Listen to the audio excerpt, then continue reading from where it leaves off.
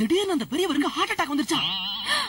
ஐயோ, அப்புறம் என்ன, ஆஸ்பத்திரிக்கு ஆட்டோ திருப்பிட்டு போயிருக்கான். அங்க போனவனதான் தெரிஞ்சது பாதி வழியிலேயே பெரியவர் போய் சேர்ந்துட்டாருன்னு.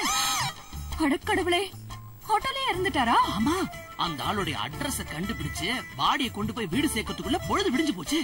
பாவம் அந்த பெரியவர். கௌஷி, இந்த சாவு இருக்கே, அது எப்ப வரும் எப்படி வரும்னு யாருக்குமே தெரியாது. ஆனா வர வேண்டிய நேரத்துல கரெக்டா வந்துடும். ஆமா, பெரியவரை செத்தது சூரியோட ஆட்டோல, பெரியவரோட பாடிய வீட்டுக்கு கொண்டு போய் ஒப்படைச்சது சூரி. இதுல மாமா எப்படி சிக்கல்ல மாட்டினாரு, நீங்க எப்படி சிக்கல் அவுக்க போனீங்க? ஆப்பு, உனக்கு நீயே வச்சுக்கடா ஆப்பு. என்ன யோசிக்கிறீங்க? சமாளி. செகண்ட் ஹாஃப் எப்படி கொண்டு போலாம்னு யோசிக்கிறீங்களா? நான் என்ன கதையா சொல்லிட்டு இருக்கிறேன், நடந்தத சொல்லிட்டு இருக்கேன்.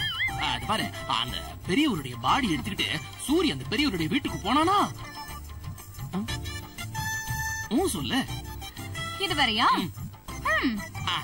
அந்த பெரியவருடைய பசங்க பெரியவருடைய பாடியை வாங்கிக்கிட்டு எங்க டாடியோட பாடியை மட்டும் கொடுக்குறியே, பொட்டி எங்கன்னு கேட்டிருக்காங்க. பொட்டியா? என்ன பொட்டி? சாவ பெட்டி. ஓ, அப்ப செத்து போனவர் கிறிஸ்டியனா? ரொம்ப முக்கியம். கதை சொல்லும் போது குறுக்க பேசாத, ஃப்ளோ கட் ஆயிடும்ல. சரி, அதெல்லாம் இருக்கட்டும். என்ன பொட்டி அது? அது வந்து பணப்பெட்டி. பணப்பெட்டியா? ஆமா, பெரியவரு வீட்டை விட்டு போகும்போது பணப்பெட்டியோட தான் போயிருக்காரு.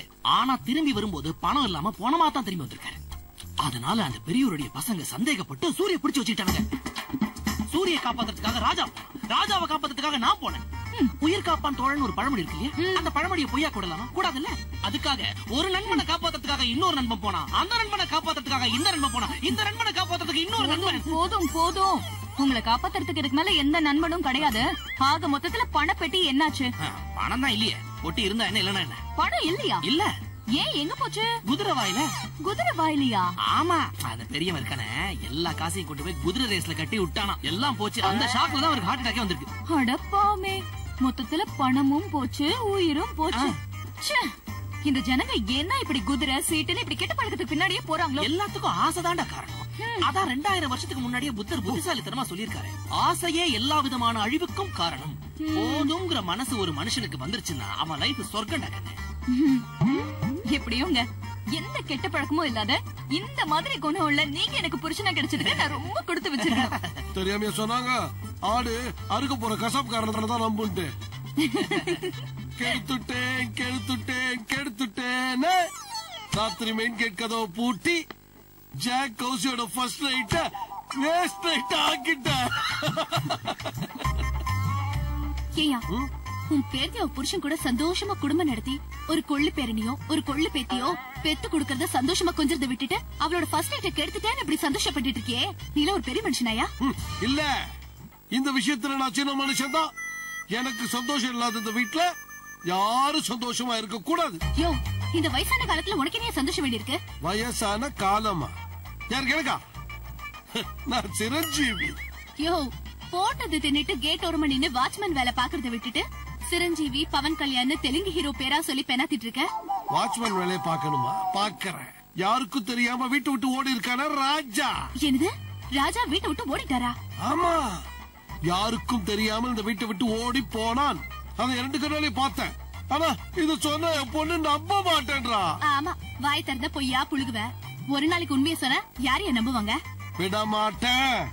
உண்மையை வெளிச்சத்துக்கு கொண்டு வர வரைக்கும் என் போராட்டத்தை நான் விட மாட்டேன். யோ, அங்கங்க ஜனங்க கரண்ட் வரல அது இதுன்னு போராட்டம் பண்ணிட்டு இருக்காங்க.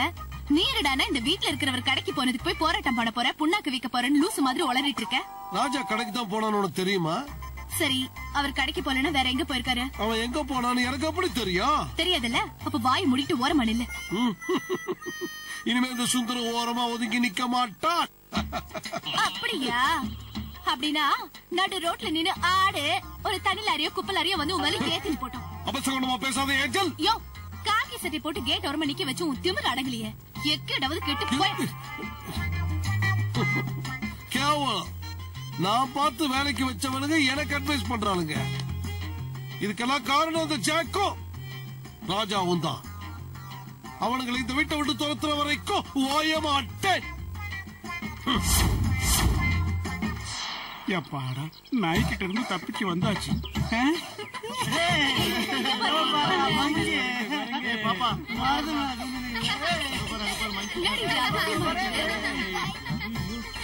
மனுஷ குரங்கு மாதிரி இருக்கு. இது மாதிரி நம்ம பார்த்ததே இல்லையே. கோவம் வந்துச்சு பாரு, அந்த வாட்டி ஓடிடலாம். என்னடா ராஜேஷ், போற வரவங்க எல்லாம் சகிலா பட போஸ்டர் மாதிரி நம்மளையே பாத்துட்டு போறாங்க. ஓஹோ, கருப்பு கலருக்கு மாறின உடனே கவர்ச்சி கூடி போச்சோ. இருக்கட்டும் இருக்கட்டும் இருக்கட்டும். ராஜேஷ் ராஜேஷ்